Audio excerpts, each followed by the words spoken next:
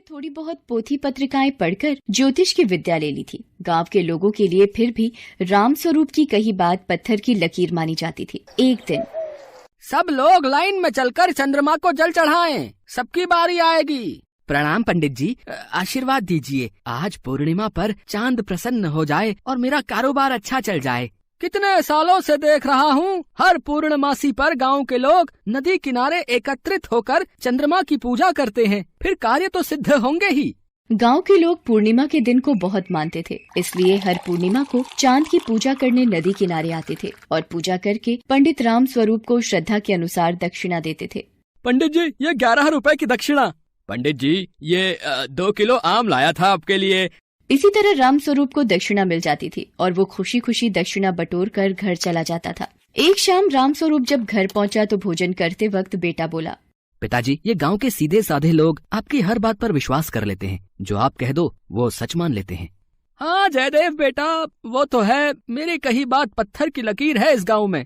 एक बात बोलो पिताजी, कब तक आप इस छोटे से गांव में रहकर जीवन गुजारते रहोगे? गांव के लोग ये थोड़ी बहुत दक्षिणा दे जाते हैं, इससे तो बस 2 वक्त की रोटी की ही गुजर बसर होती है। क्यों ना कोई बड़ा हाथ मारा जाए और फिर इस गांव से चंपत हो जाएंगे और किसी बड़े शहर में जाकर आराम की जिंदगी गुजारेंगे।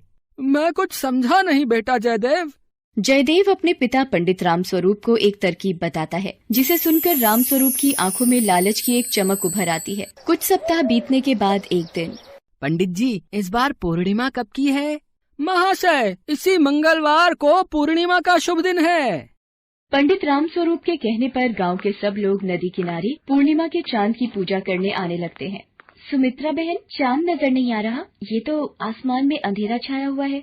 हाँ राधा बहन, चांद तो दिखाई ही नहीं दे रहा, तारे ही नजर आ रहे हैं बस। चलो सब पंडित राम स्वरूप से पूछते हैं। पंडित जी, आज पूर्णिमा है पर चंद्रमा तो आसमान में दिखाई ही नहीं दे रहा। पंडित जी, आप चुप क्यों हो? आप कुछ बोलिए। ये पूर्णमासी की पूजा कैसे होगी अब चांद कहाँ गया पंडित जी? गाँव वालों, जिस बात का मुझे डर था वही हुआ, चांद की चोरी हो गई।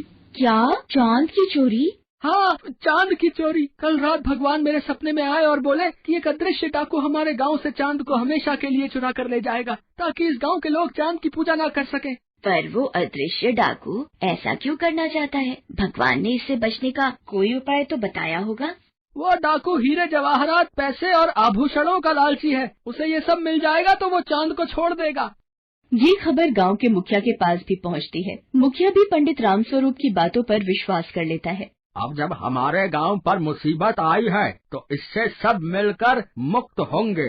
ठीक है, यदि उस चोर को रुपए और आभूषण चाहिए तो हम दे देंगे, पर कम से कम हमारे गांव को चांद वापस तो मिलेगा, है कि नहीं? गांव वाले एक एक करके जिससे जितना बन पड़ता नदी किनारे रखा था। कोई रुपए, कोई चूड़ी, कोई हार, कोई अंगूठी, जिसके पास जो भी था सब चांद की चोरी करने वाले चोर के लिए नदी किनारे रखता गया। 5 दिन बीत गए थे।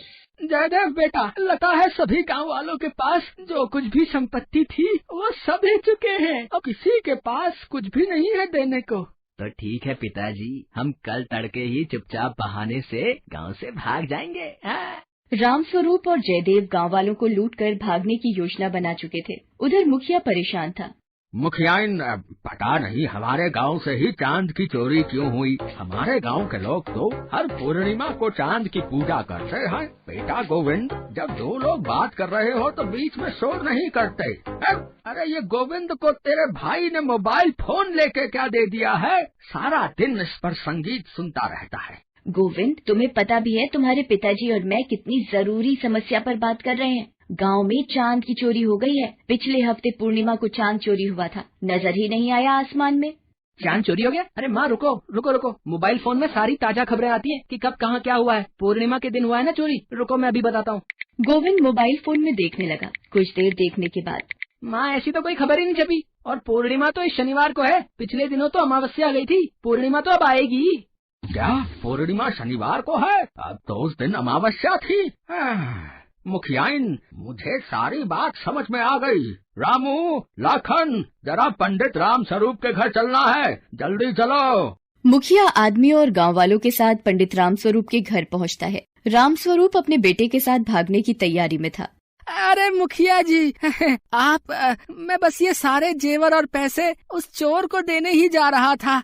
पकड़ लो इन मक्कार बाप बेटों को और गांव से बाहर छोड़कर आना, दोबारा इनकी शक्ल ना दिख जाए।